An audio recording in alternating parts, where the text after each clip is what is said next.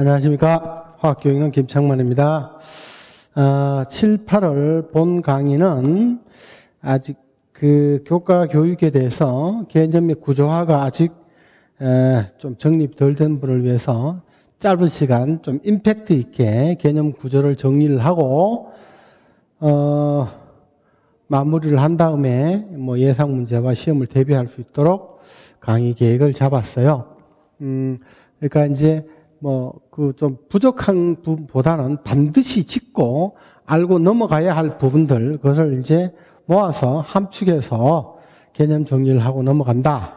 그리고 문제 최근에 출제된 경향과 앞으로 나올 예상에 대해서 어느 정도 답안의 작성 요령과 얼개 정도만 설명을 드리는 그런 강의로 계획이 된 강의입니다. 자, 그러면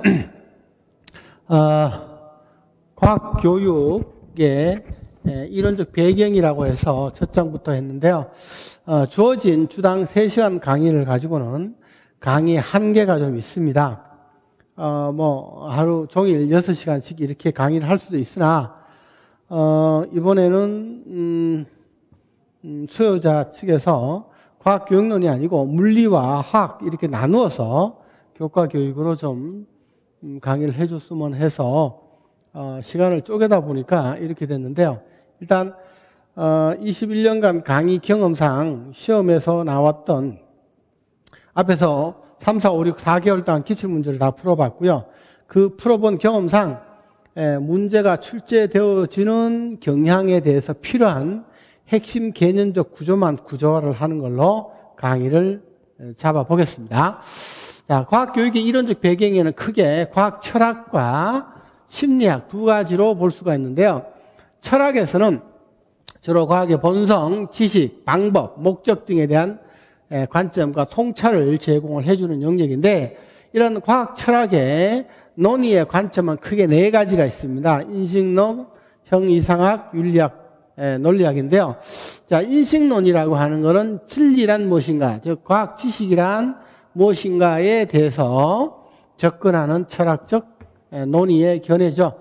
그래서 이 인식론에서는 주로 이제 지식의 출처와 방법, 그리고 그에 따른 본질이 무엇인가, 이걸 우리가 속성이라 그러기도 하죠.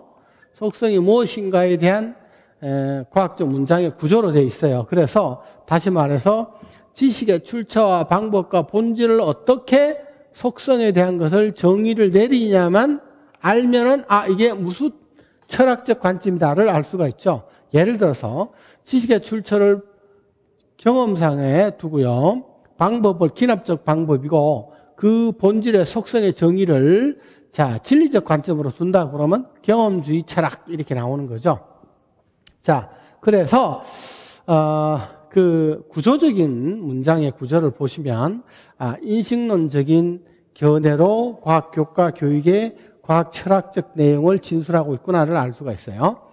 형이상학은 실체, 다시 말해서 여기서 진리의 실체가, 리얼리티가 무엇이냐 하는 것이죠. 그 실체가 무엇이냐에 대해서 뭐 예를 들면, 자, 원자는 무엇인가? 원자란 무엇인가? 원자의 실체는 무엇인가? 뭐 이거죠. 이렇게 논의에서 실체에 관한 견해를 형이상학적 견해라고 합니다. 그래서 우리가 이제 실체가 존재한다, 안 한다. 이거 실제론이라고 그러죠. 이것이 어디에 존재하느냐? 정신이냐? 물질이냐? 해서 관념론이다, 유물론이다, 이렇게 뭐 용어를 쓰기도 하는데, 자, 일단은 우리가 철학적 용어를 공부하고자 하는 것이 아니라 과학교육에서 과학 철학의 문장이 주로 인식론적이고 형이상학적이고 논리학적인 문장 구조로 되어 있어요. 그래서 인식론이 무엇인지, 형이상학이 무엇인지, 논리학이 무엇인지 철학적 견해, 논의의 관점을 아셔야만 이 문장은 바로 논리학적인 논의의 문장 구조다라는 걸 알 수가 있죠. 윤리학은 인간의 행동에 따른 문제와 어떤 그 규범에 관한 것을 윤리학이라고 그러고 가치론이라고 그러기도 하죠. 자, 그 다음에 논리학은 이제 논리적 추리 방법과 또는 이제 논증의 본질에 관한 것이죠. 그래서 우리가 논리적 추리 방법이다라고 하면 뭐 기납이나 연역이다라고 하는 이러한 그것을 논리적 방법이라고 그러는데, 이러한 기납적 추리의 방법, 즉 연역적 추리의 방법을 논리의 추리 방법이고, 이러한 논증의 본질과 논리적 추리 방법에 관한 견해를 논리학적 견해라고 합니다. 자, 이렇게 해서 과학 철학은 과학의 본성과 지식 방법에 대한 통찰을 제공을 하는데요.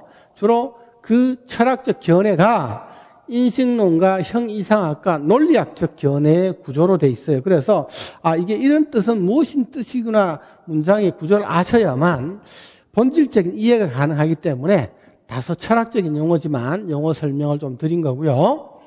심리철학은 그러한 지식의 획득 과정, 그리고 철학은 주로 이제 우리가 이게 구성주의로 이렇게 설명을 해보면요. 구성주의라고 하는 거는 이제 능동적, 스스로, 의미를 구성한다라는 의미의, 총칭입니다. 이게 구성주의죠.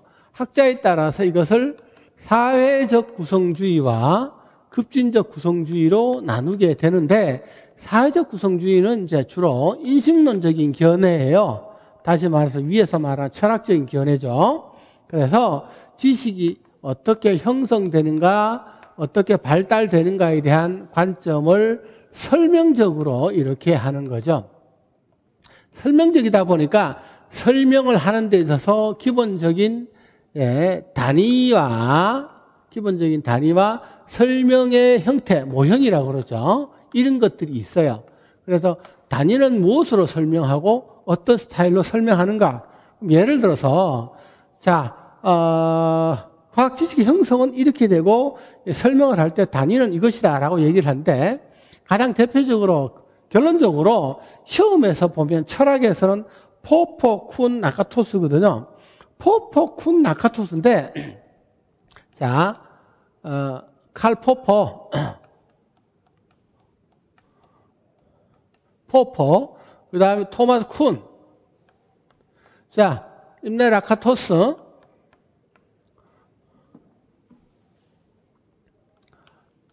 가 있는데, 이 사람들이 얘기하는 과학의 지식의 형성과 발달에서 설명의 단위는, 반증 가능성이라고 하는 단위를 설명하죠. 쿤은 패러다임이고요. 임레 라카토스는 연구 프로그램이에요. 이러한 설명의 단위를 가지고 설명을 하는데, 칼 포퍼는 과학의 지식의 설명은 반증을 견뎌내면 다음 반증될 때까지 살아남고, 반증을 견뎌내지 못하면 즉시 교체됩니다라는 식으로 과학의 발전을 진화적 관점으로 설명을 하죠.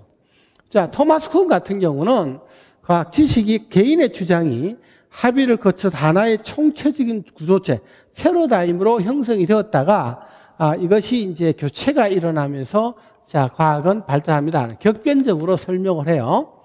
그 다음에 연구 프로그램은 어떤 이론은 반증되는 것이 있고 반증되지 않는 것이 있고 수정되는 것이 있고, 이렇게 해서 어떤 사례에 대해서 합리적으로 대처를 함에 따라서 이런 설명 체계는 대행적입니다 또는 전진적입니다 라고 하는 합리적 선택을 통해서 과학의 진보를 설명하게 되는데, 이것도 마찬가지로 진화적 관점이라고 그래요.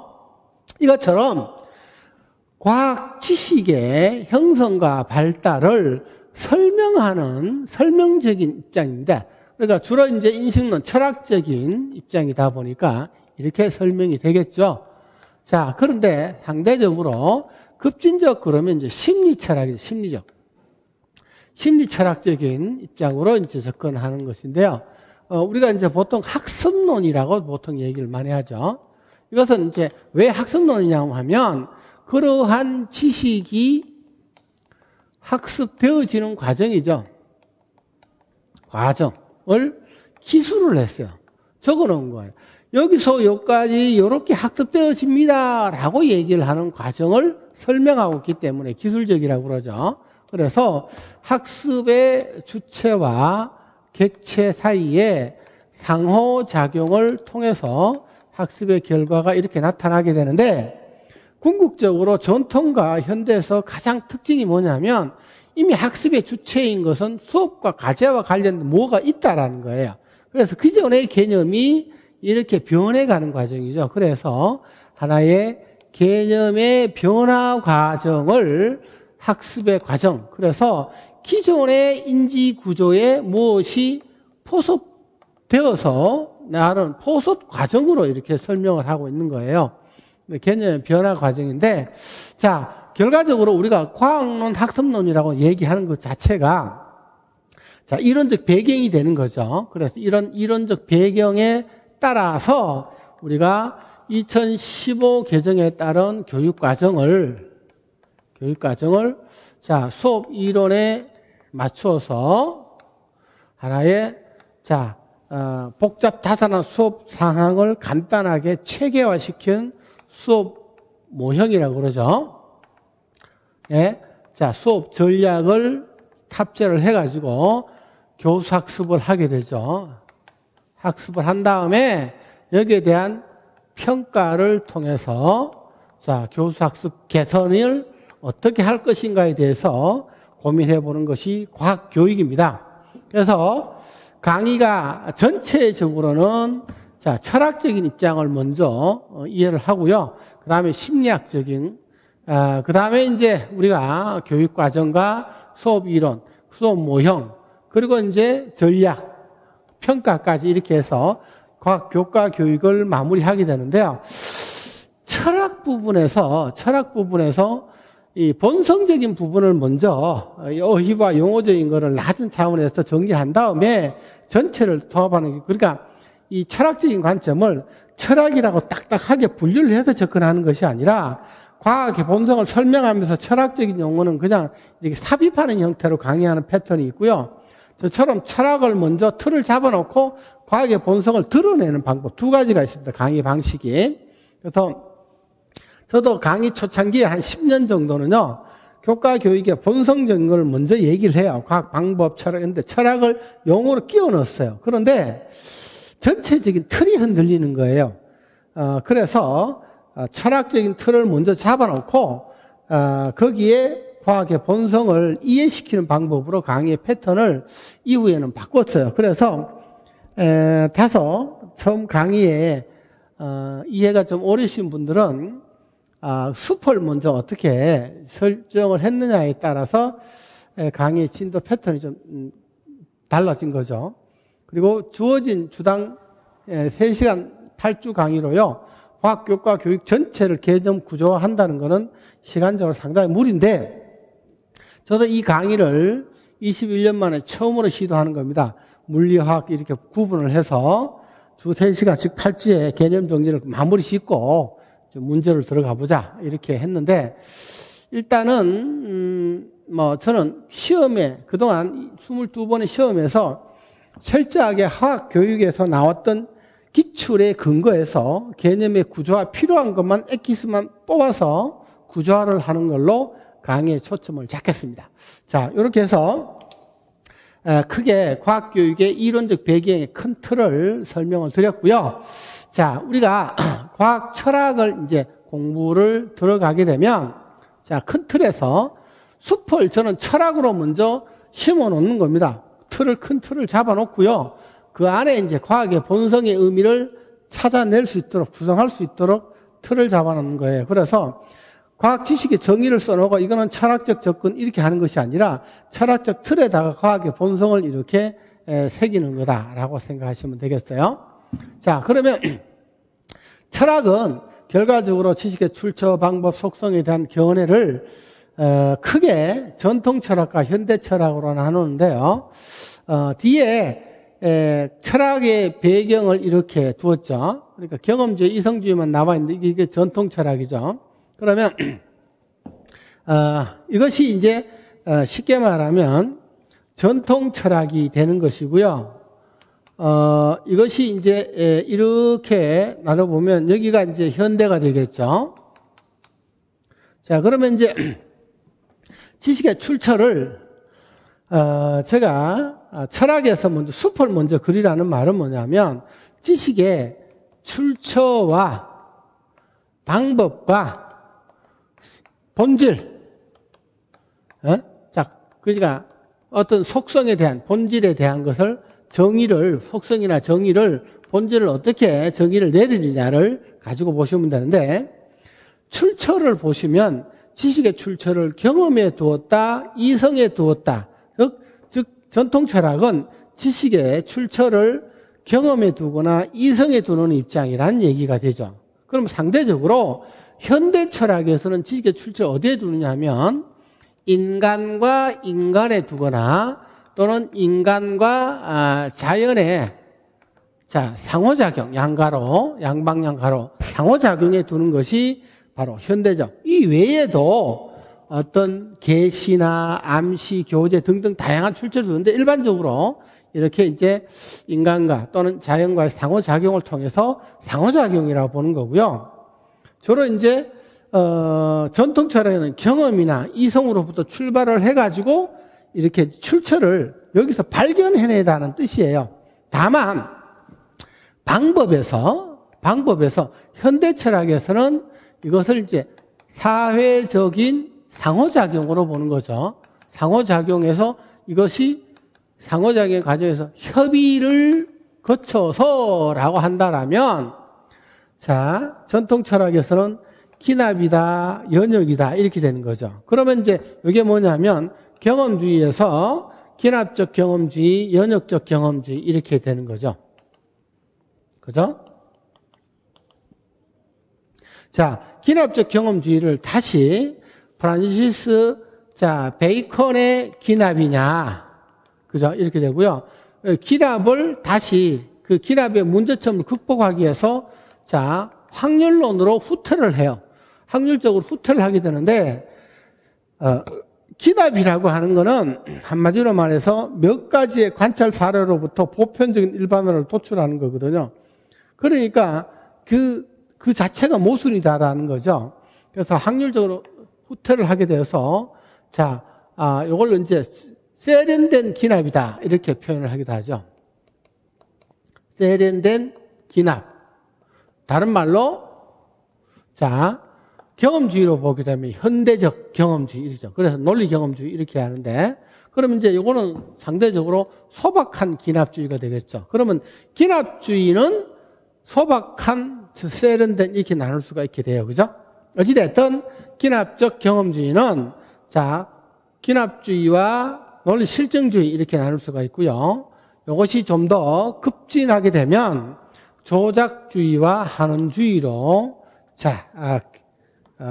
분화될 수 있다는 거죠. 자, 그러면 기납주의의 대표적인 거는 프란시스 베이컨, 그죠? 그다음에 경험주의 그러면 툴민이죠. 툴민의 기납. 세련된 기납이죠. 실증주의 앞에 그냥 보통 논리 실증주의라고 그러죠. 실증주의 그러는데 바로 이제 콩트의 실증주의죠. 조작주의, 한원주의인데 우리가 흔히 이제 조작주의는 조작적 정의, 과학적 개념과 원리를 조작적으로 정의를 내리도록 하는데 주로 이제 우리 화학에서는 조작적 정의 그러면 관찰 측정 가능한 형태로의 구체적 정의 이렇게 말하는 거죠.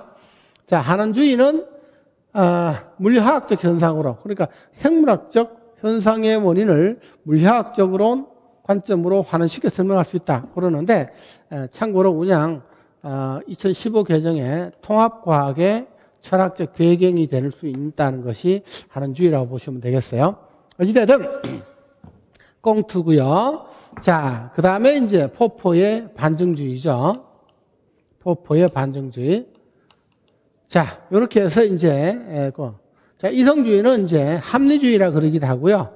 데카르트의 합리주의가 대표적인 철학자죠.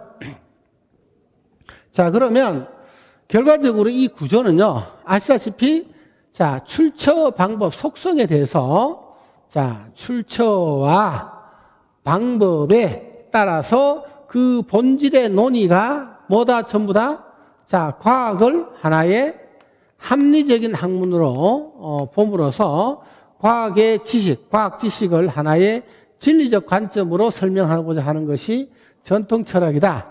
다시 말해서 지식의 출처를 자연의 경험과 또는 이성에 두거나 과학적 방법으로서 기납과 연역과 같은 논리적 방법을 통해서 과학 지식이 자연으로부터 얻어진 발견된 하나의 진리적 관점, 합리적 학문으로 이해하는 철학적 견해를 전통 철학이라고 한다. 이렇게 정의를 내릴 수가 있겠습니다. 자, 그래서 이거를 이제 여러분들이 그냥 눈으로 보고 그렇게 한 것이 아니라 이 도표를 좀 즐겨보시기 바랍니다.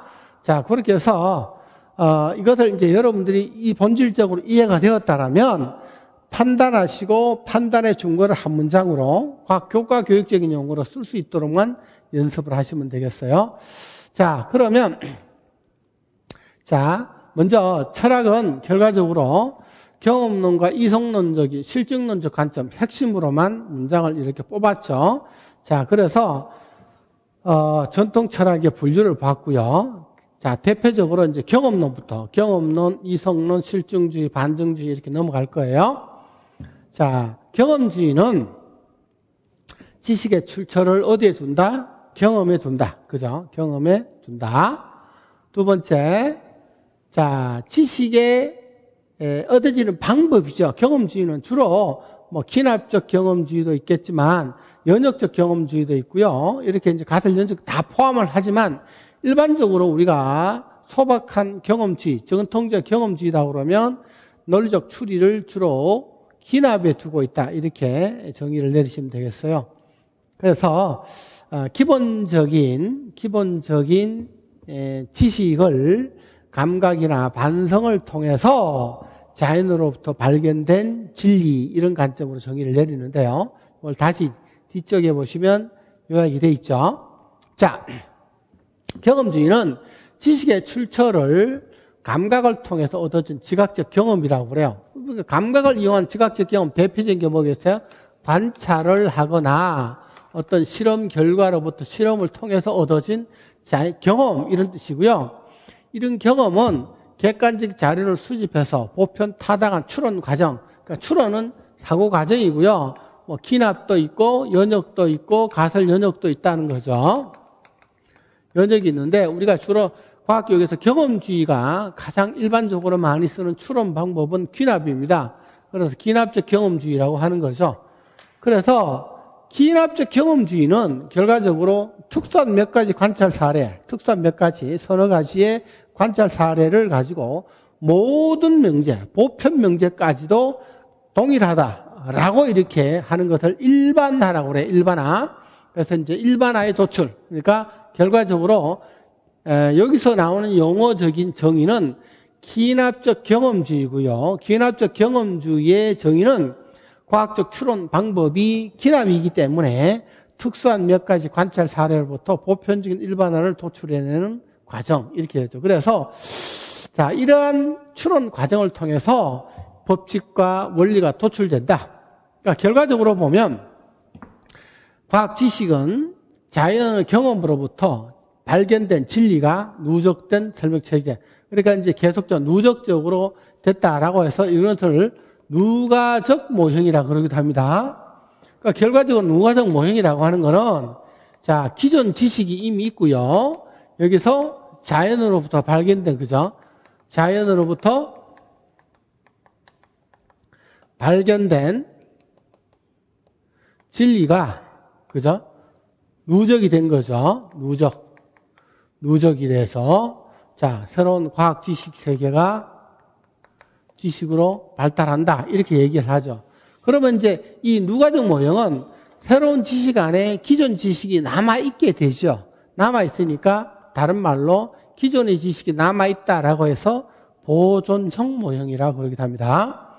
자, 다시 말해서 반대로 설명을 하게 되면 지식은 이미 기존에 형성된 지식에다가 새로 발견된 진리가 계속적으로 더해서 새로운 지식 체계를 이루는데 과학은 이렇게 발달합니다라고 설명하는 철학적 계보가 바로 경험주의, 그죠?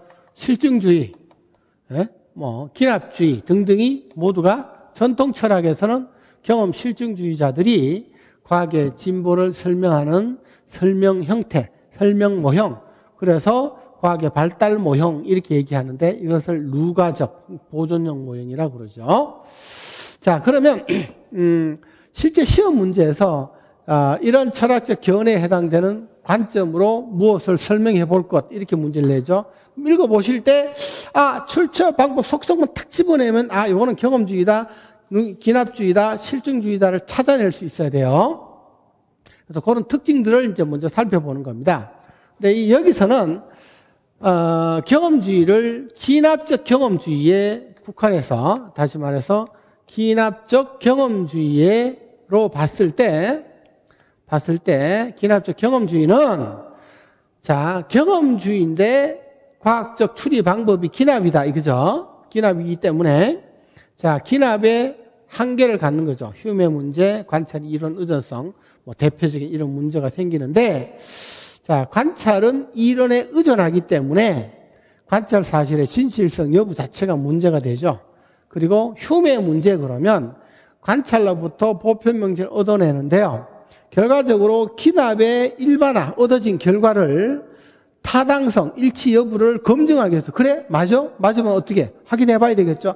확인하는 타당 방법도 기납밖에 없기 때문에 기납으로 이루어진 걸 기납으로 의해서만 검증되어야 되니까 그 자체가 추리의 모순이다라고 하는 것이 누가 얘기했습니까? 데이비스 휴미 얘기를 했기 때문에 휴메 문제라고 그래요.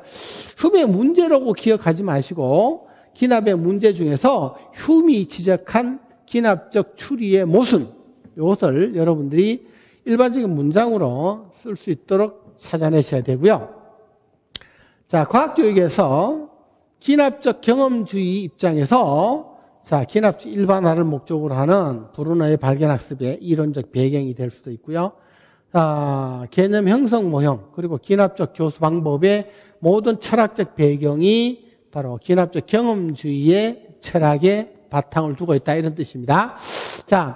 잠시 모순으로 현대에는 이러한 경험주의적 견해가 필요가 없다, 이렇게 생각할 수도 있는데요.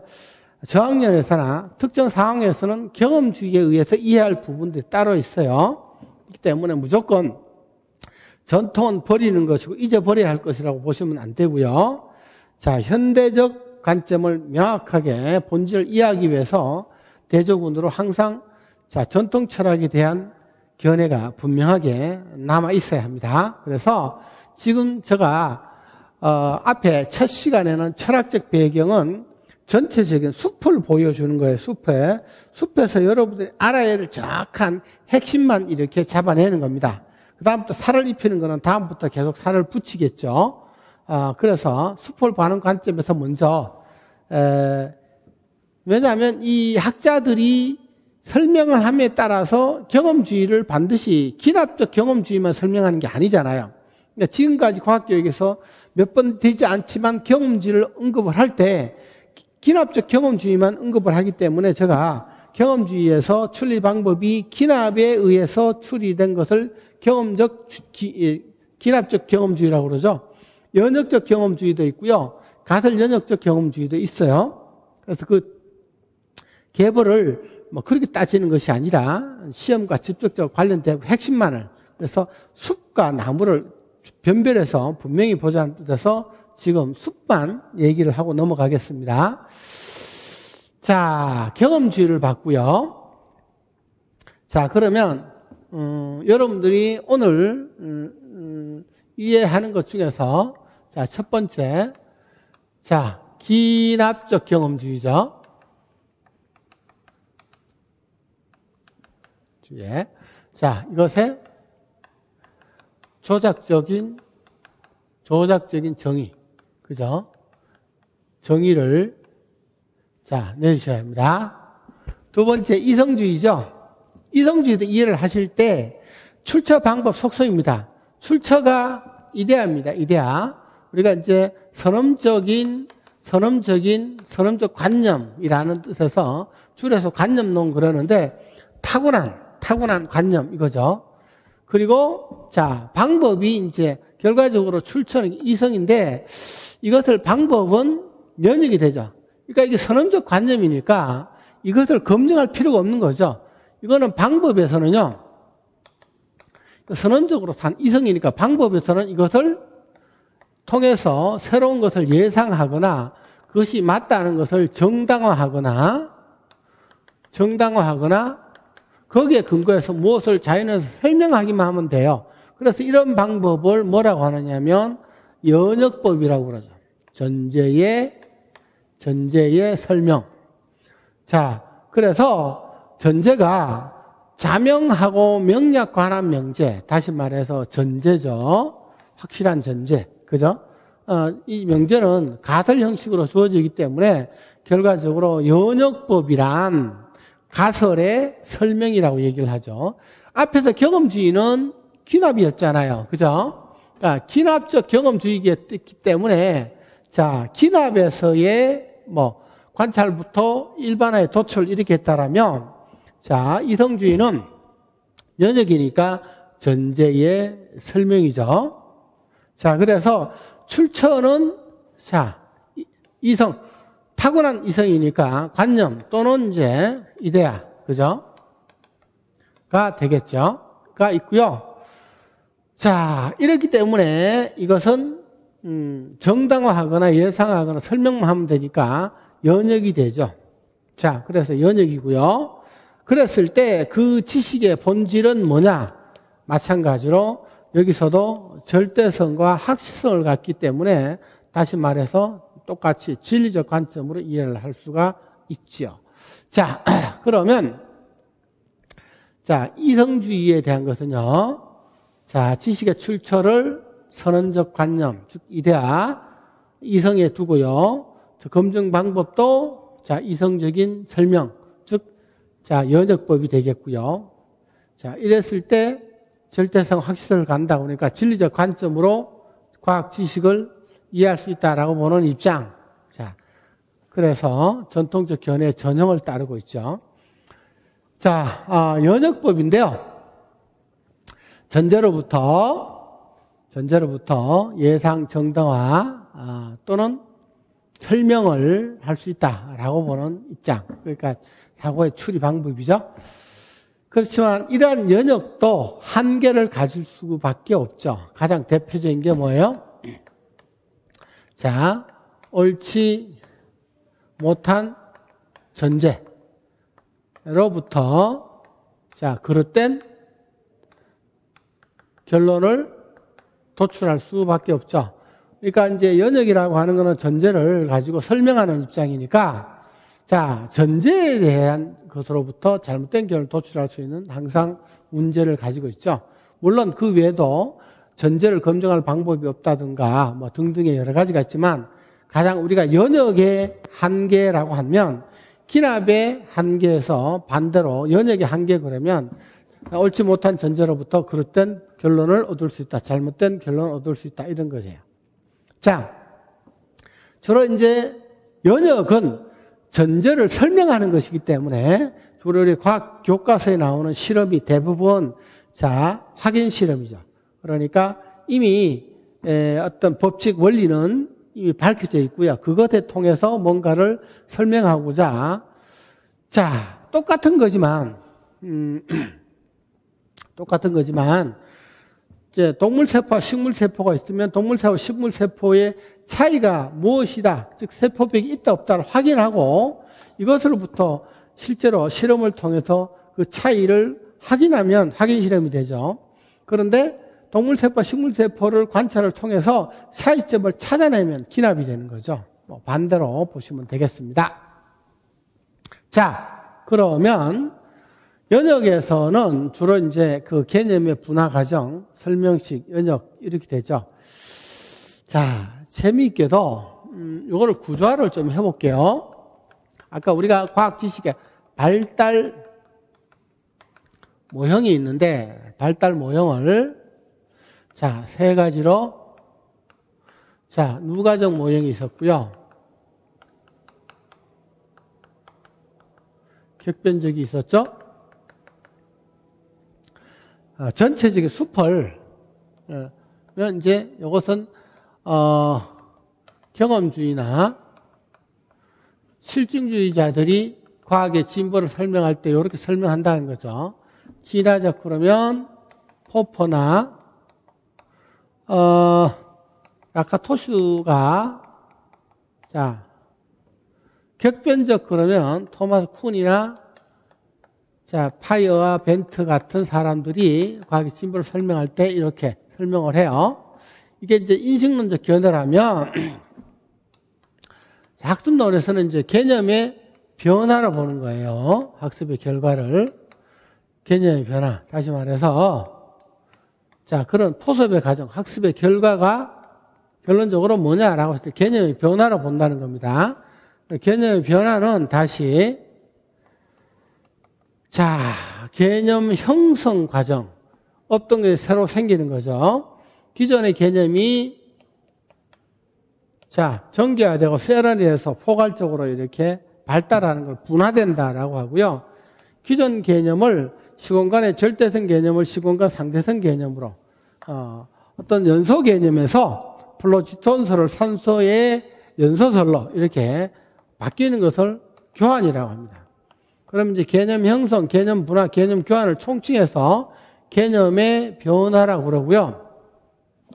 이들이 이제 철학적으로, 심리학적으로는 이제 대응되는 관계를 이렇게 가지고 있죠.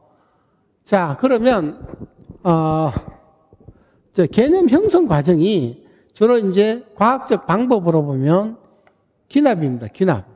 기납에 의해서 개념이 주로 형성되는 거죠. 그러면 여기서 기납은 관찰 사례로부터 일반화를 도출하는 과정이잖아요. 그래서 이제 기납주의에서는 주로 이제 개념이 형성되는 과정에서 이제 철학적 배경이 그 경험주의가 되죠. 그래서 여기서도 보면 이제 경험주의가 기납이니까 경험주의, 그죠? 자, 이성은 우리가 연역이죠. 연역. 그러면 자, 개념 과정 중에서 주로 이제 그 설명식 그러면 연역이니까 이론적 배경이 되는 것이죠. 자, 그래서 데카르트 이성주의, 다른 말로 합리주의라고 그러기도 하고요. 이성주의는 자, 연역법입니다. 연역법. 그래서 주로 이제 개념의 분화 과정, 그죠? 분화 과정. 기존 개념을 좀 더 구체화하고 정교해 가는 설명 형식을 개념이 분화되었다라고 얘기를 하는데, 이러한 설명식 수업의 철학적 배경이 바로 이성주의, 합리주의가 되고요. 과학적 방법론의 배경을 보면, 자, 경험주의가 추리 방법이 기납이고요. 이성주의가 연역이죠. 자, 이것의 각각의 장점을 절충하게 되면 바로 가설 연역이 됩니다. 그래서 이거에 대한 철학적 배경에 자, 뒤에 자, 실증주의와 반증주의가 나올 거예요. 그래서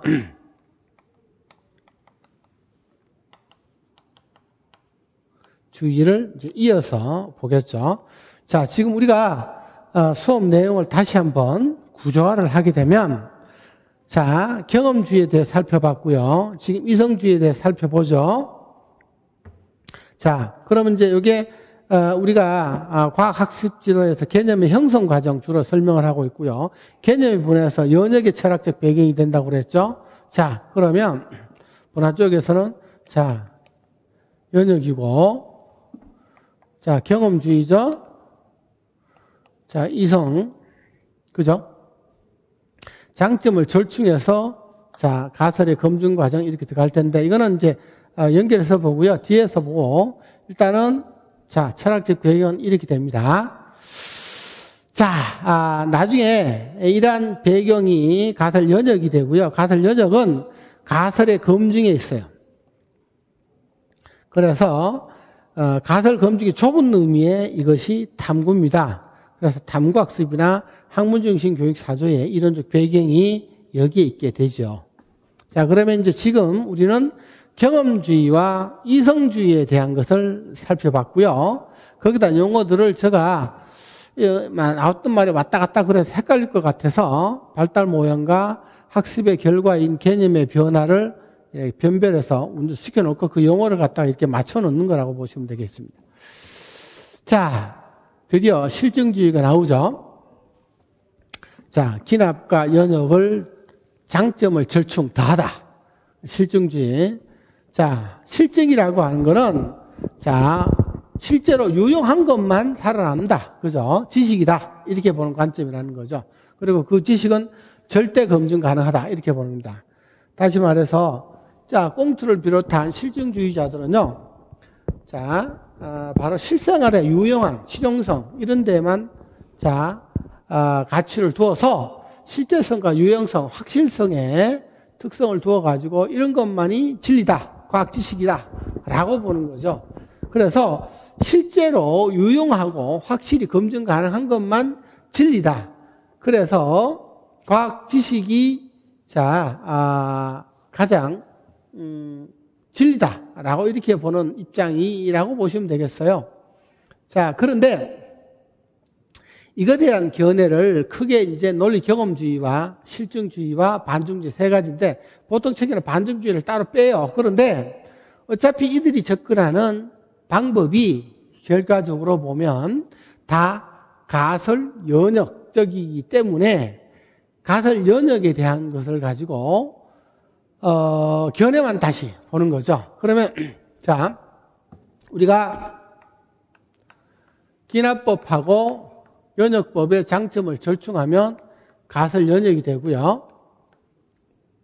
자, 기납은 일반화의 도출, 연역은 전제, 설명, 가설 연역은 전제, 즉 가설의 검증에 있는 추리 방법이 되겠죠.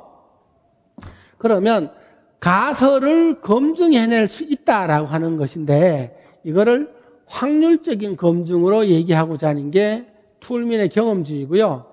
절대 검증으로 보면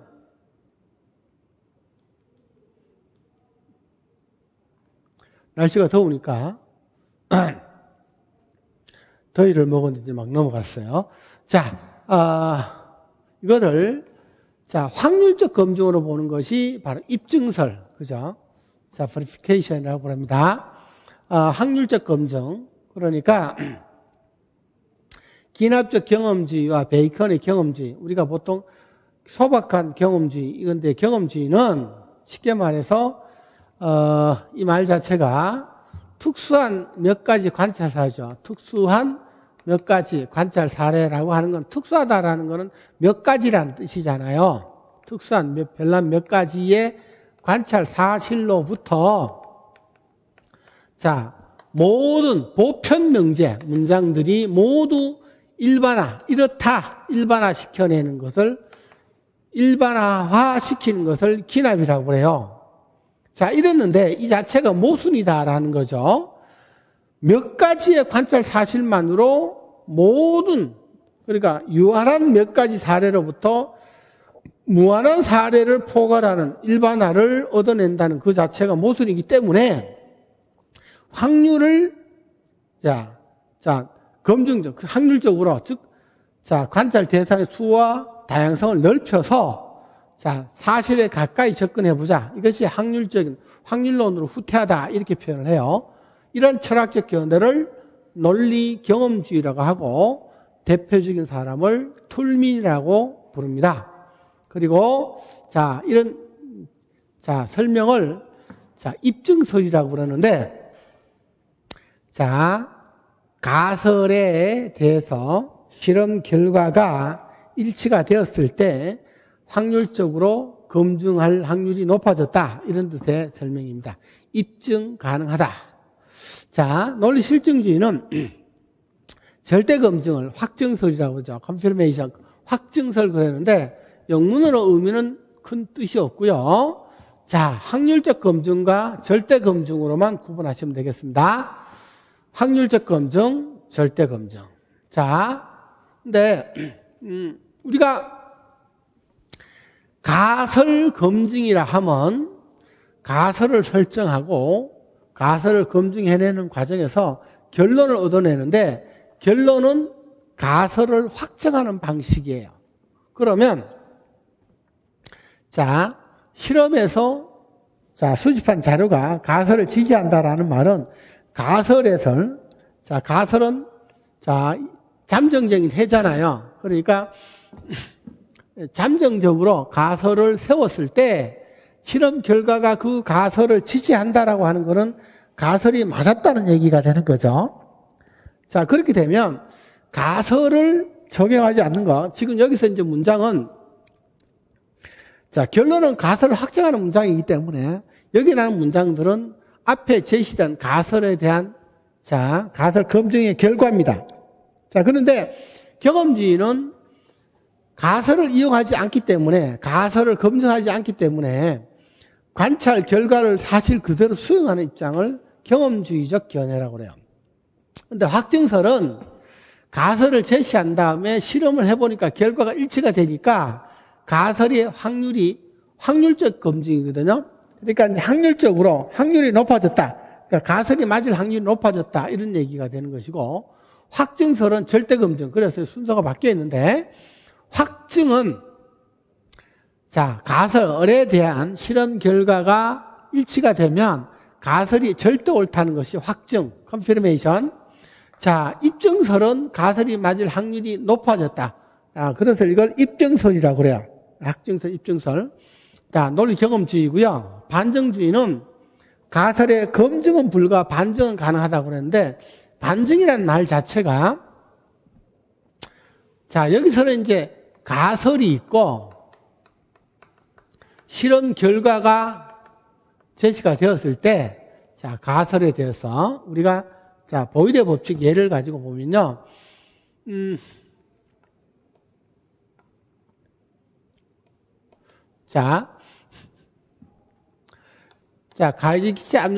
가해진 압력에 대해서 이상기체의 부피의 행동은 거동을 보면, 반비례. 그래서, 이상기체에 대한 가해진 압력의 부피는 반비례할 것이다 라고 하는 가설이 있는데, 실제로 실험 결과를 해보니까, 그런 결과가 얻어졌어요. 그럼 일치가 된다라고 하는 거죠. 그랬을 때, 확증설에서는, 절대 가설이 옳다. 해보니까, 입증설은 그렇게 되었다라면, 가설이 맞을 확률이 높아졌다. 이렇게 결론을 얻는다는 거고요. 반증설은 가설에 대해서 반증을 하다라는 것은 쉽게 말해서 가설이 틀렸음을 밝히는 거예요. 밝힘. 틀렸음을 밝혀야 되는데 일치가 되어버렸으면 틀렸다는 걸 밝혀내지 못한 결과가 되는 거죠. 그래서 이런 것을 이제 반증에 실패했다라고 하는데, 여기서 이제 반증주의에서 다시 한번 봐야 되겠지만, 결과적으로 우리가 앞에서 지금 보자고 한 건 뭐냐면, 우리가 경험주의 철학에서, 철학적 계보를 이렇게 나눴어요. 근데 이것이 이제 기납이잖아요. 그죠? 우리가 뭐 연역도 나누고 했는데, 결과적으로 연역 그러면 여기를 연역이라고 보시면 되겠어요. 이성주의. 우리가 경험주의는 기납주의 하나만 찾아냈고요. 이성주의는 합리주의, 데카르트 이어봤고요. 그 다음에 이제 논리 실증주의 보고 있잖아요. 논리 실증주의 보는데 기납과 연역이고요. 여기에 세 개 있는 철학적 견해를 과학적 추리 방법으로 가설 연역을 써요. 가설 연역.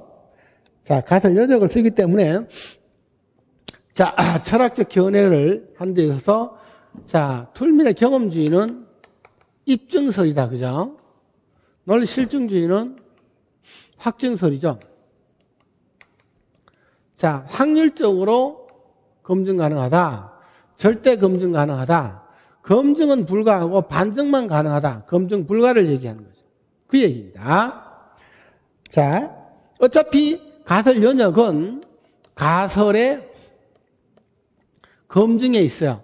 가설을 검증하는데, 입증설과 확증설과 반증설의 견해를 설명을 하고 있는 겁니다. 그러면 입증설은 확률적 검증, 절대 검증, 검증은 불가, 반증은 가능함. 이렇게 설명하고 있다는 거죠. 자, 그래서 계보를 설명하기 위해서 앞으로 돌아가가지고 철학적 계보를 다시 한번 본 겁니다. 자, 그러면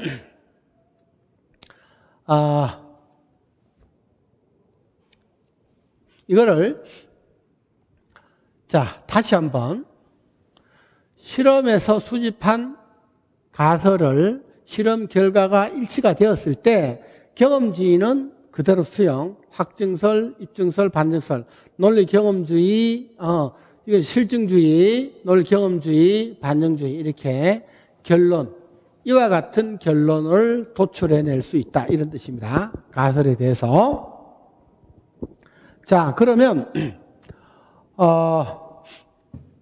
실증주의적 견해가 주로 이제 과학적 추리 방법이 가설 연역이기 때문에 과학 지식의 발달 과정은 앞에서 설명했다시피 똑같이 누가적이고요. 경험주의와 실증주의의 과학의 진보의 설명 체계는 누가적, 보존형 모형이라고 그랬죠.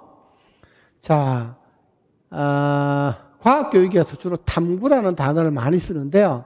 탐구는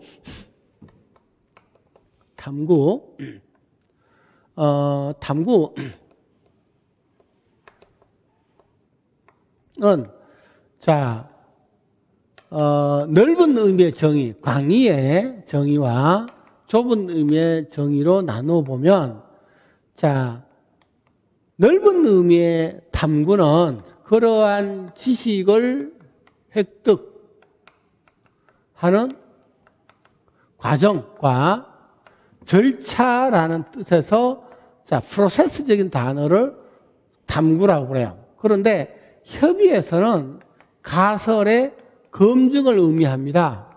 다시 말해서 우리가 흔히 쓰는 탐구의 용어는 자, 가설의 검증을 지칭하기 때문에 우리가 탐구 그러면 바로 탐구 중심 과학교육 그러면 가설 검증 과학교육 이런 뜻으로 하는데 이러한 철학적 배경이 바로 실증주의다.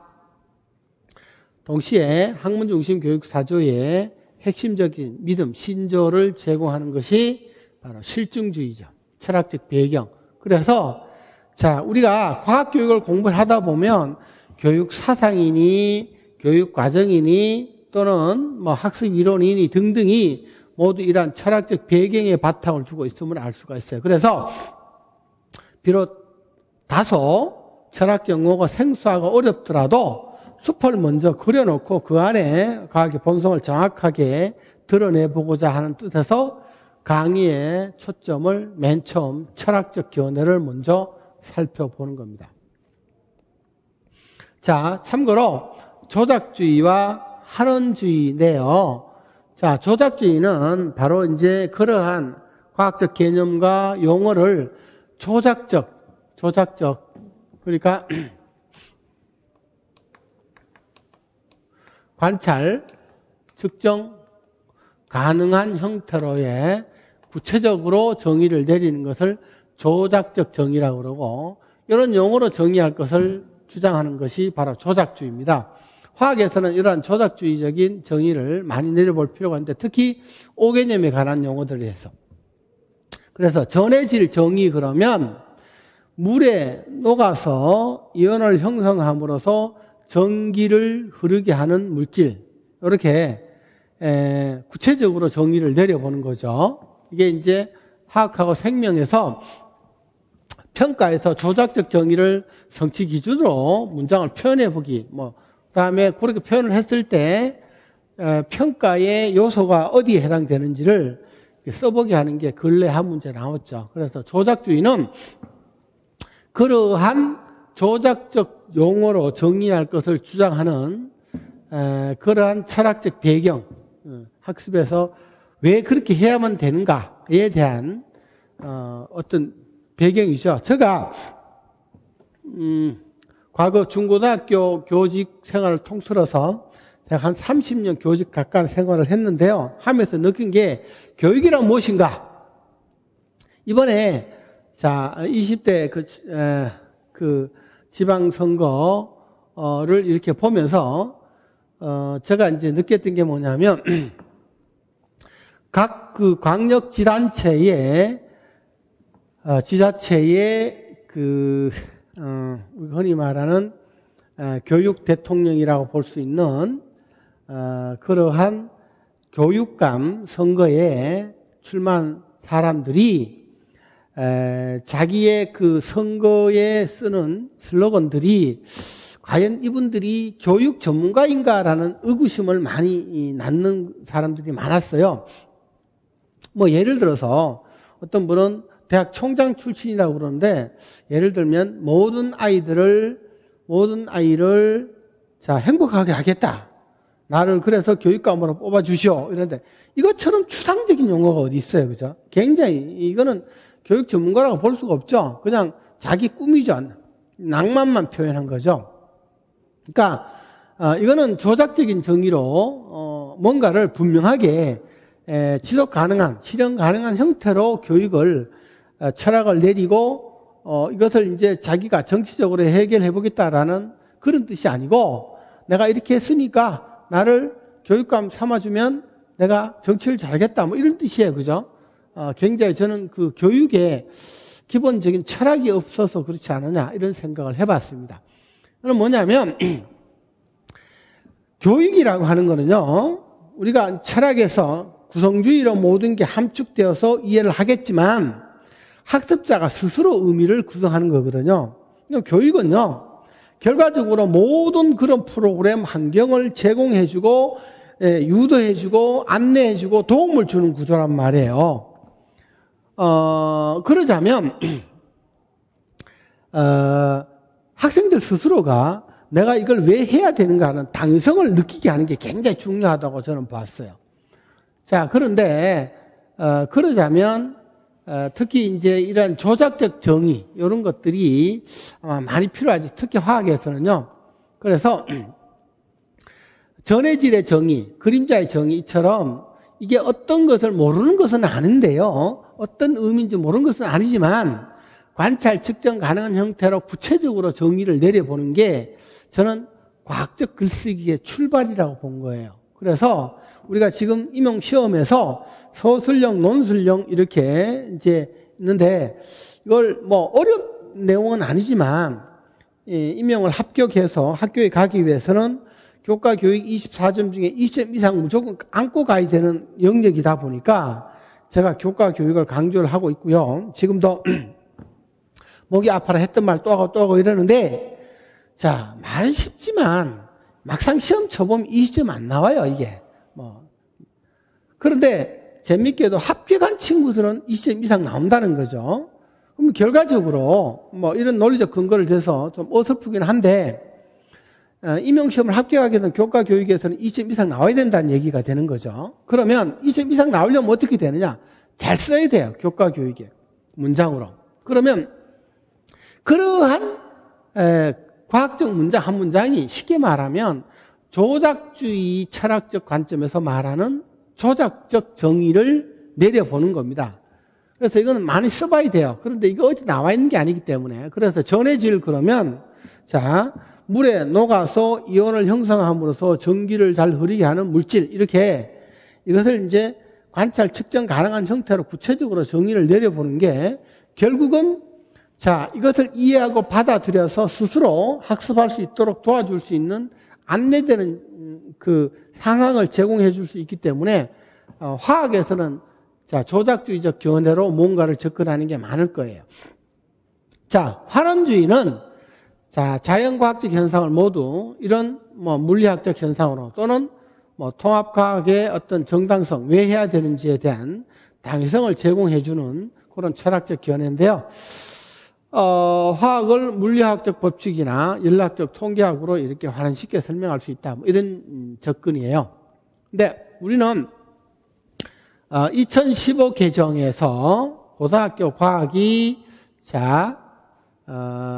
공통교과에서 통합과학이 나오죠. 이것을 이제 이렇게 해야 되는 정당성, 통합과학의 정당성을 제시해 주는데 과거 6차에서 공통과학이 있었거든요.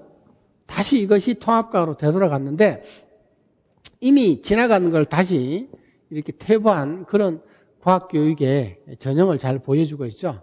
다만 여기서 여러분들이 현재 2015 개정의 통합과학의 철학적 정당성을 제시해 주는 게 자, 한원주의적 관점이다라고 철학적 배경 하나만 이해하시면 되겠습니다. 자, 그러면 우리가 경험주의, 이성주의, 실증주의를 봤어요. 네 번째 반증주의를 보는 겁니다. 자, 그러면 오늘 여러분들이 강의에서 초점 바로 이제 두 번째는 반증주의입니다. 기납적 경험주의와 하나 더 보태서 실증주의를 포함해서 전통 철학의 가장 대표적인 철학적 견해, 그러니까 이러한 것을 철학적 견해죠. 철학적 견해. 그럼 철학적 견해를 이해한다라고 하는 거는 자, 이걸 철학적 견해를 거꾸로 철학 견해를 판단하고 판단 증거를 기술할 수 있어야 되죠. 기술. 그죠? 이게 지금 첫 번째 여러분들 과제인데 이거는 이제 조작적 정의로부터 여러분 찾아내는 거죠. 어떻게 하면 돼요? 출처, 방법, 그 본질에 대한 정의, 그죠? 본질의 정의를, 속성을 어떻게 내리는가. 이걸로 조작적 정의를 내리시면, 아, 이것은 견합적 경험주의고, 이것은 실증주의다. 이렇게 여러분들이 증거를, 과학적 문장을 찾을 수가 있고요. 자, 반증주의가 나오는데, 자, 반증주의도 여기서 제가 세 가지로 접근을 할 거예요. 자, 전통 철학이라고 하는 큰 숲에 반증주의라는 나무의 세 개의 가지를 제가 구조화를 하는데, 첫 번째, 자, 반증 가능성으로 자, 과학과 비과학을 구분했다라는 거예요. 이거 하나 찾으셔야 되고요. 그 다음에 과학적 방법으로서 이제 반증이죠. 반증 여부죠. 그 다음에 반증주의의 문제점에서 세 개로 이렇게 설명을 했는데 마찬가지로 부연 설명까지 쭉 해서 반증주의는 반증 가능성에 관한 거, 반증주의 과학적 방법으로서 반증 여부, 그 다음에 반증주의 문제점 이렇게 해서 자, 세 가지의 가지를 만들었어요. 자, 반증주의는 먼저 자, 반증 가능성으로부터 과학과 비과학을 구분하는 기준을 제시했죠. 자, 포퍼는 자, 반증 가능성으로부터 자, 과학과 비과학을 구분을 기준했는데 과학의 대부분의 이론과 법칙은 반증 가능합니다. 반증 가능하기 때문에 자, 반증 가능 여부로서 자, 반증 가능한 것은 과학이고 반증 가능하지 않으면 반증 가능성이 떨어지면 비과학이다라고 해서 프로이드의 심리학이라든가 종교적 견해까지도 과학과 비과학으로 구분을 하기도 했죠. 자, 반증주의는 우리가 철학적 계보에서도 보다시피 반증주의는 과도기적인 인식론이라고 그랬어요. 앞으로 돌아가서 보시면 다시 한번 철학적 계보를 자 보겠습니다. 자, 반증주의가 여기에 있죠. 그러면 이 이후에 이거를 뭐냐면 후실증주의라고 얘기를 하죠. 그럼 반증주의가 결과적으로 전통 철학과 현대 철학의 중간에 있죠. 이거는 이제 바로 이 반증주의가 과학 철학적으로 보면 자, 과도기적인 견해다라는 이유가 바로 그거예요. 그 첫 번째가 하나는 자, 과학 이론은 반증 가능하다. 반증 가능하다라는 말은 이건 전통적 견해예요. 반증 가능하다. 그죠? 의도적인 논파가 가능하다 이거죠. 자, 그러나 지식의 변화 과정은, 과학 지식이 변화되는 과정은 이것은 잠정적이다라고 얘기를 하면서 이거는 현대적 견해를 가지고 있죠. 그래서 전통과 현대적 견해를 동시에 가지고 있음으로 인해서 반증주의는 과도기적인 인식론이다라고 하죠. 예를 들어서 이것을 실질적으로 과학사에 있는 예를 가지고 자, 반증주의가 가도기적인 인식론이라는 견해가 있다. 그 이유를 위 내용에서 찾아 쓰시오 그러면 요것과 요것을 찾아 써야 되는 거죠. 무슨 말인지 아시겠죠? 그죠? 요즘에 문제 패턴이 그렇잖아요. 그러니까 제가 출제위원이라면 요 용어를 이것을 논술에서 어떻게 써먹을 것인가를 고민할 거예요. 그러면 이제 그 예를 제시해 줄 거예요. 그죠? 반증주의에 대한 여러 가지 상황을 만들어 놓고 자, 반증주의는 가도기적인 인식론이라는 견해가 있다. 이 내용에서 그러한 견해에 대한 근거를 찾아 쓰시오 그러면 요거는 전통적 견해, 요거는 현대적 견해이므로 그래서 반증주의는 가도기적인 인식론이다. 이런 얘기가 되는 거예요. 그래서 요거를 한번 서술형이나 논술형의 논거로 어떻게 써먹을 건지 하나 생각해 보시기 바랍니다. 자, 그러면 자, 반증 가능성으로부터 자, 전통적인 것, 그 다음에 과학 지식의 변화 과정이 잠정적이고 가변적이다라는 것, 여기에 대해서 자, 찾아야 되는데, 거기에 문장이 딱 맞는 거를, 입에 딱 맞는 걸 찾으시려고 그러면 안 돼요. 자, 반증주의는 반증을 견뎌내므로써, 반증을 견뎌내지 못함으로써, 견뎌내면 다음 반증 될 때까지 이렇게 살아남고, 반증을 견뎌내지 못하면 즉시 교체된다. 이렇게 얘기를 하거든요. 그럼 이런 내용은 뭐냐면, 반증을 견뎌내므로써 다음 반증 될 때까지 살아남다라고 하는 거는 현대적 견해란 말이에요. 이게 변화 과정에 대해서 잠정적인 자 지식의 변화 과정을 설명하고 있기 때문에 현대적 견해고요.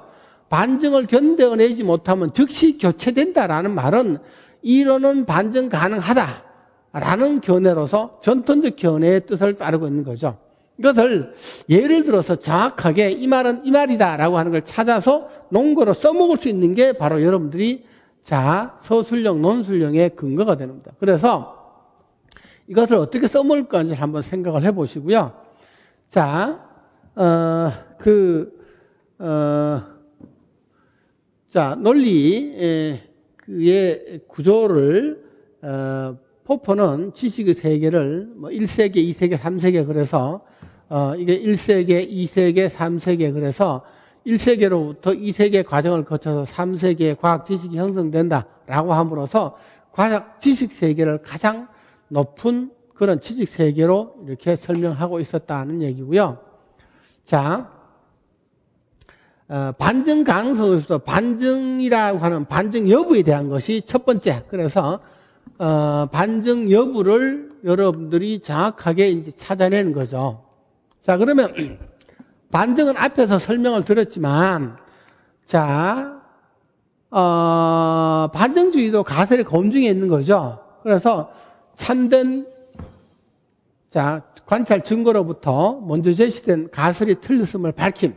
그러니까 가설 먼저 제시된 주장이 가설이 자 틀린 것을 밝히는 것이 자 반증이기 때문에 그것에 대한 실질적인 과학사적 예를 이렇게 보면 중요한 의미가 바로 그거죠. 그래서 앞에 물리교육에서도 그런 설명을 드렸습니다만 원자 변천 과정에서 자 톰슨의 푸딩 모형은 러더퍼드의 알파이트 산란 실험을 통해서 자 푸딩 모형이라고 하는 것은 쉽게 말해서 톰슨이 원자 모형에 대한 가설을 이런 형식으로 제시를 했고 러더퍼드의 실험 결과로부터 가설이 틀렸음이 밝혀지게 되는 거죠. 따라서 러더포드의 알파이트 산란 실험을 통해서 자 원자 모형에 대한 푸딩의 톰슨의 가설은 반증되었다라는 의미를 정확하게 이해하는 겁니다. 그리고 이것을 설명할 수 있도록 문장을 연습을 하셔야 돼요. 자, 반증되었다. 반증이란 자, 참된 관찰, 실험 결과로부터 먼저 제시된 가설이 틀렸음을 밝힘. 따라서 화학의 역사, 화학의 교수 상황, 수업 상황에서 자, A로부터 B가 반증되었나 여부죠. 그러니까 A로부터 B가 자 반증되었다에 대한 예시 내용을 여러분들이 밝혀내는 겁니다. 자, 러더포드의 알파 입자 산란 실험으로부터 톰슨의 푸딩 모형이 반증되었다. 틀렸음이 밝혀지다. 이런 예시를 많이 써먹는 거죠. 그래서 이거 하나 정확하게 밝히시면 되겠고, 나머지는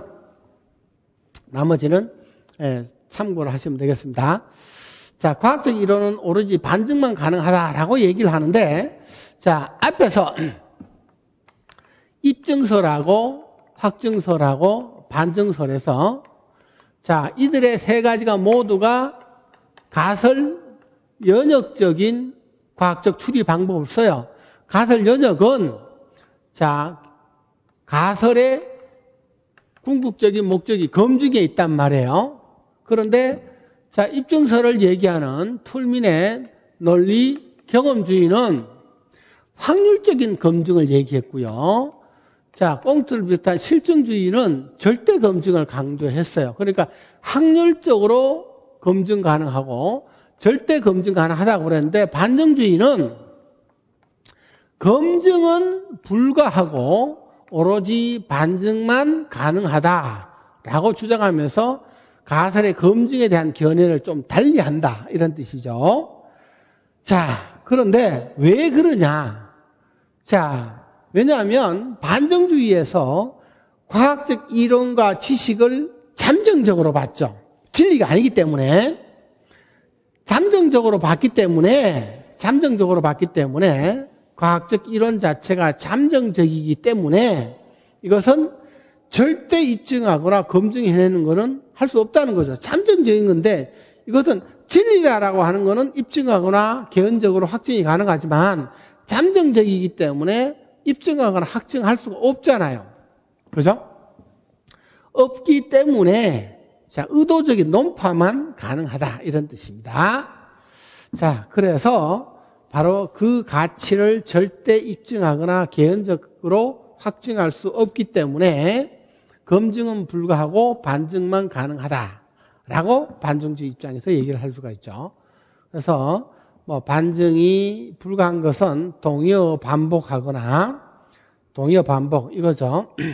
뭐 예를 들면 정사각형의 내각은 모두 90도이다. A로부터 B를 반증하는 데서 정사각형과 내각이 모두 90도이다라는 말은 동의어 반복이 되는 것이기 때문에 A로부터 B를 반증할 필요가 없는 그런 문장이 구조가 되는 것이고요. 정의에 의한 참. 자, 원호상의 모든 점들은 원호 중심으로부터 같은 거리에 떨어져 있다. 당연한 정의죠. 정의라고 하는 것은 바로 말 그대로 정의에 의한 참을 전제로 하고 있어요. 그래서 이것은 반증 불가할 필요가 없는 거죠. 애매모호한 진술, 동으로 가면 귀인을 만날 것이다, 뭐 이런 뜻은 애매모호한 진술이죠. 검증 불가하죠. 자, 반증 불가. 오늘은 비가 오거나 비가 오지 않을 수도 있다라고 하는 거는 반증 불가. 요런 문제인데, 요런 것만 반증 불가하고 나머지 과학의 대부분의 이론과 지식은 반증 가능하다라고 보시면 되겠어요. 자, 그러면 반증주의에서는요, 자, 과학적 방법이 가설 연역이고, 자, 가설 연역은 가설의 검증에 있다라고 했습니다. 자, 그렇으면 그 실험 결과에서 자, 보시면 반증주의는 반증의 지식의 발달을 자, 이렇게 설명하고 있어요. 반증에 의해서 반증 결과를 견뎌내면 다음 반증 때까지 살아남고, 반증을 견뎌내지 못하면 즉시 폐기되거나 교체된다라고 얘기를 해요. 이것이 반복되면서 과학은 점진적으로 발달한다고 그래서 진화적 모형으로 과학의 진보를 설명을 하고 있는데, 자, 이랬을 때 과학은, 자, 대부분의 과학은 반드시 반증 가능하고요. 가능성이 낮은 걸로부터 점차적으로 높은 쪽으로 발달을 하게 되는데, 여기서 이제 결론 하나가 반증, 자, 가능성이 높은 것이 좋은 이론이에요. 좋은 이론. 그리고 좋은 이론은 자, 더 명확할수록, 더 포괄적일수록 더 좋은 이론. 그러면 이제 A와 B가 있는데 어느 것이 더 좋은 이론인가? 그죠? 항상 자, 우리가 논의가 되고 있는 것은 뭐냐면 자, 어떤 견해로부터 판단하고 판단 증거를 쓰는 거거든요. 서술형 논술은. 그러면 이제 A와 B 중에서 어느 것이 좀 더 좋은 이론인가라고 하면 근거를 쓸 때는 자, A보다 B가 이런 점에서 둘 중에 하나만이라도 어떤 점에서 더 명확하게 무엇을 설명한다. 그죠? 무엇을 더 포괄적으로 다룬다. 뭐 이런 뜻이에요. 그래서 더 좋은 이론이다. 또는 더 반증 가능성이 높다. 이렇게 설명할 수 있는 거죠. 자, 그래서 반증주의 두 번째. 자, 어느 것이 더 좋은 이론인 걸 판단하는 증거입니다. 첫 번째는 반증이라고 하는 정의를 가지고 자, 반증되었다. 그죠? 반증되었다라는 의미를 반증되었는가라는 의미를 판단하시고 판단 증거를 쓰는 겁니다. 그러니까 반증되었다라는 말은 제가 원자의 변천 모형으로 저기를 설명을 드렸는데 러더포드 알파 2차 실험으로부터 톰슨의 원자 모형은 반증되었다의 의미를 정확하게 이해를 하시고 판단 증거를 제시할 수 있는가. 두 번째, A와 B 중에 어느 것이 더 좋은 이론인가? 그 이유는 무엇인가? 판단 증거 설명하기. 자, 요거죠. 자, 세 번째. 반증주의는 반증을 견뎌내면 살아남고 반증을 견뎌내면 즉시 교체된다고 했는데 실제로 많은 과학사에서 살펴보니까 계속 그대로 남아있거나 또는 반대로 당시에 반증된 것이 되돌아오는 경우가 비일비재하게 많더라는 거예요. 자, 그래서 그런 이유를 살펴보니까 자, 보조가설이 이렇게 계속 항정됨에 따라서 두 가지로 볼 수가 있죠. 그래서 자, 이거는 이제 과학적인 사실에 찾아보시면 되겠지만 화학에서는 이런 현상을 먼저 보여주고 근거를 묻는 문제는 별로 없었던 것 같아요. 다만 이것이 이제 그대로 그냥 즉시 폐기되지 않고 계속 유지되거나 또는 이제 과거에 반증된 것이 되돌아온 경우가 있다 이런 보여주고 이유에 대해서 물어본 적은 있어도 계속 폐기되지 않고 그대로 유지되는 경우하고 또 반증되어서 폐기되었던 게 되살아온 경우에 예를 들어서 물어본 경우는 없었다는 거예요. 화학에서는. 자, 그렇지만 이제 어찌됐든 따지면 과학사는 굉장히 비일비재하게 많은데요. 이걸 시간을 넓게 잡든 좁게 잡든 여러 가지 상황에서 국한해서 보시면 되겠지만 이렇게 된 이유를 찾아보면 크게 한 두 가지로 볼 수가 있는데 첫 번째 하나가 관찰의 이론 의존하는 특성 때문에 그렇고 하나는 자, 보조가설, 첨가, 부가되는 가설에 의해서 생기는 경우 두 가지로 볼 수가 있죠. 자, 그러면 이론에 의존하다. 그죠? 자, 1몰은 6.02 곱하기 10의 23승계라고 하는 거는 자, 관찰 사실이라고 얘기를 해요. 관찰 사실이기는 하지만 우리는 이론에 의존해서 이걸 관찰 사실로 받아들이죠. 이거는 이론 의존성이에요. 그래서 과학에서는 굉장히 많은 사실들이 이제 이론에 의존해서 과학적 사실로 존재를 하고 있는데, 자, 이랬을 때 이 관찰 사실이 이런 의존한다는 특성을 가지고 있기 때문에 우리가 이제 과학의 본성에서 보면 이제 이런 사실이 하나의 단어로 자, 구성되어지면 약속이 과학사에서 구성을 하게 되면 이걸 개념이 돼, 컨셉이 되죠. 이것이 다시 하나의 문장으로서 자, 발견이 되어지죠. 문장으로서 이것이 이제 발견되어지면 이것을 이제 법칙 또는 원리라고 그러죠. 자, 이것이 이제 하나의 설명 체계로서 이렇게 되면 이것을 이제 과학적 이론이라고 그래요. 어찌됐든 과학적 법칙이나 이론은 어찌됐든 사실로부터 출발합니다. 그런데 이러한 과학적 사실들이 관찰에 이론 의존을 하고 있죠. 그걸 가지고 있어요. 그러면 이제 이렇게 형성된 과학적 지식은 속성이 어떻게 됩니까? 속성이 이를 의존했기 때문에 이게 틀린 것인지 이것으로 봤으니까 속성이 진리라고 말할 수가 없죠.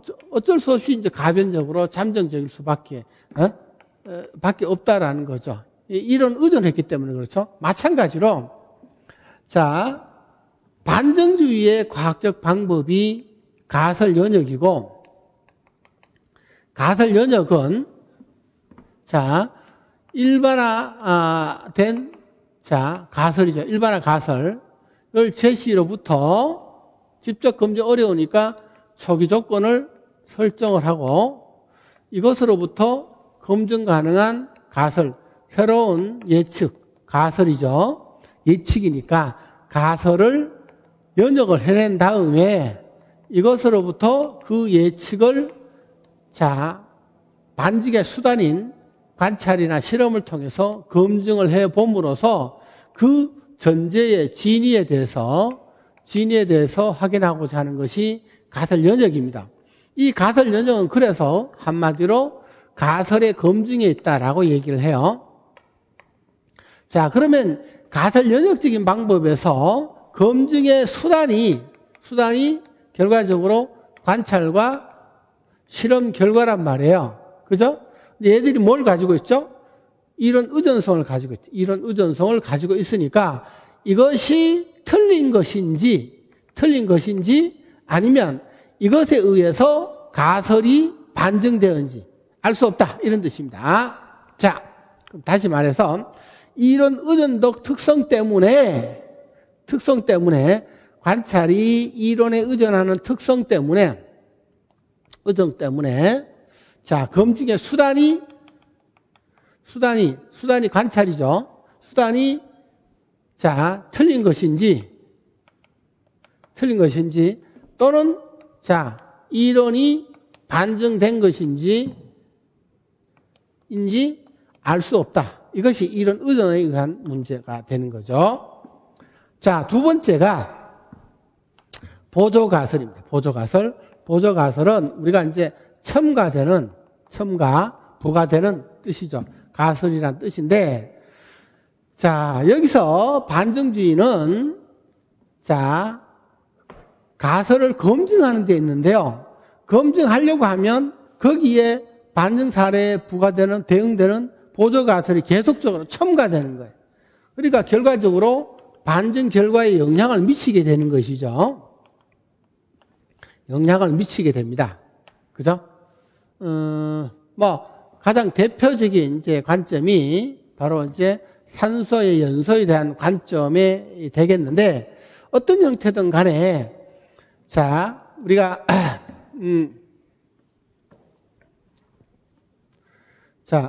화학혁명에서 가장 대표적인 것이, 여기서 이렇게 보면, 고대적 관점에서, 근대적 관점으로, 연소에 관한, 에 대한 견해를 보면, 고대에서는 이제, 우리가 이제, 연소에 대한 관점을, 고대에서는 연소라기보다는 사원인설로 보게 되면, 원인설로 봐야 되겠죠. 그런데 이제 이거를, 중세적 관점과 근대적 관점에서, 이것이 이제, 중세적 관점은 슈탈의 플로지톤설이죠. 그죠? 플로지톤설. 그러면 이제 슈탈의 플로지톤설이 라부아제의 이제 산소설로 이제 이렇게 교체가 일어나게 되는데, 요 과정에서 보시면 슈탈이 이제 플로지톤설 관점에서 이렇게 쭉 설명을 했어요. 여기서 이제 반증 사례로 이제 금속이 이렇게 제가 이렇게 되면 오히려 질량이 증가하는 걸 봄으로써 반증 사례가 제시됨에 따라서 이것이 이제 여기에 추가되는 거죠. 그래서 이상적인 조건을 제시하거나 또는 이제 뭐 음의 무게와 같은 이제 보조 가설들이 첨가함으로써 자, 그 반증을 하는 데 있어서 계속적으로 영향을 미치게 되는데 바로 그런 것 때문에 반증주의 문제점이 생길 수가 있다라는 거죠. 그래서 자, 보조 가설이 그래서 크게 반증주의 문제점 두 가지로 이렇게 지적해 볼 수 있는 이 중에서 보조 가설 중에서 반증 불가한 것 불가한 가설을 임시 변동적 가설이라고 해요. 불로지손설로 봤을 때 자, 하나 더 예를 들면 뭐 음의 무게와 같은 그런 가설을 부과함으로써 자, 반증이 안 되도록 하는 그런 것을 이제 반증주의 문제점 중에서 임시 변동적 가설이라는 문제점 그러는데 큰 틀로 보게 되면 보조 가설이 첨가됨에 따라서 반증 결과에 영향을 미치는 경우고 반증 결과에 영향을 미치는 경우 중에서 자, 애도 가설과 같은 반증 불가한 가설을 첨가함으로써 반증을 불가하게 하는 경우에 의해서 원인이 되는 경우 이렇게 보죠. 그래서 보조 가설은 첨가되는 가설에 반증 결과에 영향을 미친다는 뜻이고 그 보조 가설 중에서 반증 불가한 가설을 첨가함으로써 반증이 안 되도록 하는 그런 문제점도 있을 수 있다. 이렇게 해서 반증주의 문제점을 크게 두 가지로 나눠서 좀 살펴봤어요. 자, 그럼 결과적으로 자, 반증주의 문제점 그죠? 두 가지를 이제 실제적 예를 들어서 어떤 문제점에 해당되는지 그 이유가 무엇인지 증거 쓰는 거 마찬가지예요. 그래서 반증주의에서 오늘 여러분들이 구조할 것이 하나 찾았어. 그래서 세 가지. 자, 그러면 오후에 아주 날씨가 습하고 덥고요. 아주 고약한데 그래도 공기는 맑아서 그런 대로 견딜만 하지만 우리가 여기서 이제 분명하게 구조해야 될 것이 자, 기납적 경험주의와 실증주의의 조작적 정의로부터 자, 판단하고 증거를 찾아 쓰기. 그다음에 반증주의에 와서 자, 세 가지의 가지를 가지고 반증되었다라는 의미를 정확하게 이해를 하시고 그 이유를 증거를 쓰는 것. 자, 어느 것이 A와 B 중에서 어느 것이 더 좋은 이론인가 이유를 반증주의 관점에서 쓸 것. 그러면 A보다 B가 뭐가 더 명확하게 뭐뭐에 대해서 명확하게 설명하고 있기 때문이다. 또는 좀 더 포괄적인 관점에서 접근한다라는 점에서 자, 더 좋은 이론을 근거 찾아 쓰기. 세 번째, 반증의 수단으로서부터 반증주의의 과학의 진보에 대한 견해를 자, 그 문제에 대해서 그러한 현상이 왜 그러한 이유, 현상에 대한 것을 이유 두 가지를 찾아내서 이유로 근거를 제시할 수 있는가, 증거를 제시할 수 있는가, 이것이 문제죠. 그래서 책에서는 이론적으로 관찰의 이론 의존성, 보조 가설에 의한 문제점, 임시 변동적 가설의 문제점 세 가지로 정의를 하고 있는데 저는 보조 가설을 임시 변동적 가설을 집어넣어서 두 가지로 정리를 해드렸어요.